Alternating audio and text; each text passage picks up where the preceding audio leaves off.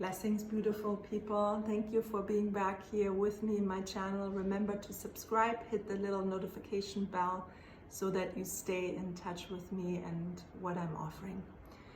So today I would like to take a moment to talk about altar space and what it actually represents in our lives and how we can utilize it for different things: manifestation, prayers, devotion, healing, anything really that you put your energy to. Later in this video, you will have an option to look at my altar space and also my altar workspace, which is right behind me. But before we get there, I just want to invite you to take a moment and come into your breath and into your body. You can do this by just taking a couple of deep breaths, closing your eyes.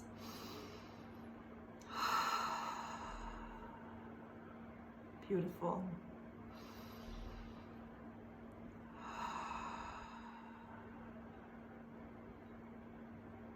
And now let's talk about altar space. Why do we even have an altar? Why is it important to have one?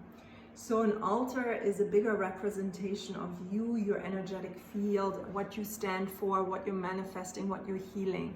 So it's a spiritual extension, and it serves as an attention, as a magnetic field to that which you want to draw towards you, or also that which you want to release, shed, and let go of. So my personal altar space is always in my bedroom for some reason. We have another small altar outside that has family pictures, flowers, candles, incense. It has a Buddha and crystals, and it's more an ancestral altar. So that's where we pay our respect to our ancestors, the generations that have come before us, and so on. But my personal altar space is mostly to harness my energy into a space where I dedicate my power, my emotion, my devotion, my attention there. And I recreate that altar space depending on what's most alive with me, but also what I need in that moment. So for example, I clean my altar space every single day, of like old candles, tea lights, incense, flowers. I make sure that the flowers in there are usually fresh, and that makes a huge difference. I activate my altar space every day. You're gonna see me doing that in my video that I'm gonna share soon. And you also, for me personally, altar space is really a very powerful three-dimensional manifestation of our very own unique prayer field, with all the codes, with everything that's in there. So before I go any further, this is my personal altar space. So as you can see, this is my personal altar. It is very specifically attuned to me and my energy. But what I want to show you, there's many ways to set up an altar. And as we said before, your intention and your devotion and how you activate your altar is really truly up to you. But I want to show you how I work with mine. So this particular altar cloth is from Kate Reed from Sister Circles. I leave the link in the description. And this is activated to the hemisphere of the southern hemisphere. So I'm in Bali. I work with the southern hemisphere. As you can see, north fire.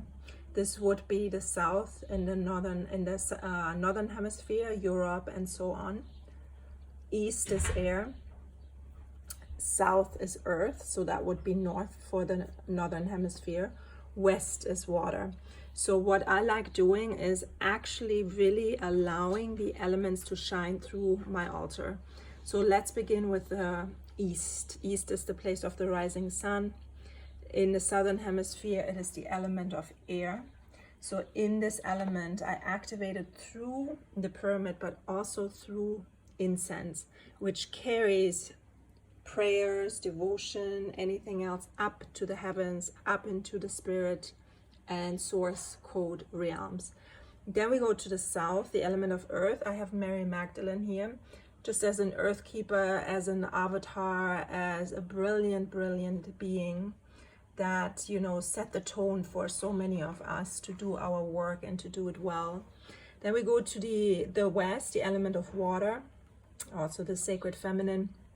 I usually put fresh flowers here. So these ones are really fresh, As you can see, they are plump and pink, and they represent the feminine codes. They represent our emotional body, and also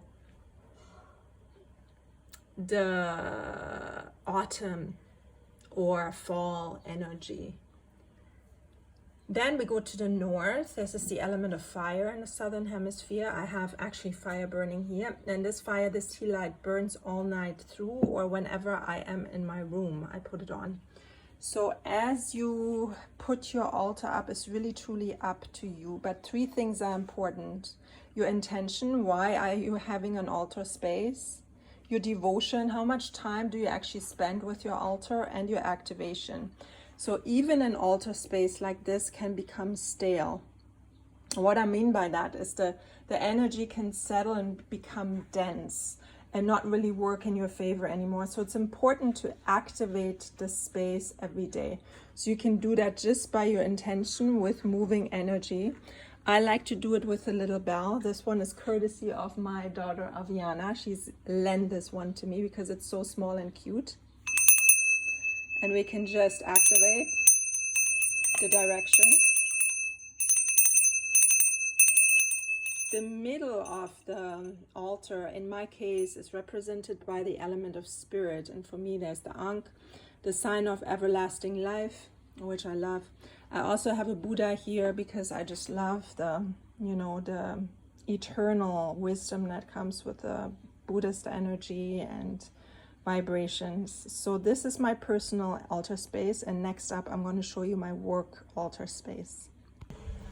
So welcome to my humble hood, a healing space where I do most of my sessions online or in person. So if you see me or you saw me just now, this is the backdrop of my space, and it also resembles my personal altar space. And this is not attuned to the directions, but it is simply just by intuition. As you see, I have a lot of selenite crystal here, and selenite are for clearing, protection, but they're also a great conductor. So they almost work like a battery. And then I have different crystals here. Orgonite wands to transmute any negative EMF, radiation. Different crystals, amethyst, and I have a smoky citrine. Candles that are usually always burning. Here's another orgonite to transmute any energies, unwanted energy of EMF radiation. This is a blue obsidian crystal, clear quartz, another candle. One of my spirit drums that I love so dearly, the Black Panther, the Shadow Walker, the Initiator, one of my spirit guides. And another pyramid here for other crystals, some rose quartz and clear quartz, and of course another selenite. So, depending how you put in your space and what you put in really depends on the direction that you're activating. So now that you saw my own altar spaces, one for me personally and one for my work, I want to go and just lead you through a couple steps on how to work with your altar space. So first, become really clear on why you're building an altar. What is your motivation behind the building of an altar? Does it have and serve a specific purpose? Is it for you personally? Is it to work with your ancestors? Is it to work with a specific manifestation, to find a new job, a new partner, for health reasons, for transitioning reasons, whatever it is? So that's your number one. Become very, very clear on your intention about building it. Number two, spend time with your altar.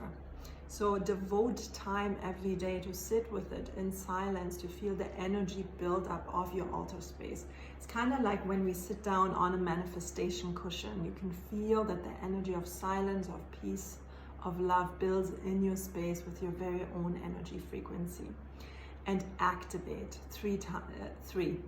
Activate your altar space. So using your word, your hand gestures, a bell or another instrument, a Tibetan bowl, to activate the space. Also move your space, clear it out once a day, for example, and re-establish it and activate it. So there's movement, there's energetic movement within your altar space. It's extremely valuable and important for the energy in there not to become stagnant. So my love, any questions, drop me a personal message or comment down below. You are so welcome to share this on. So much love to you.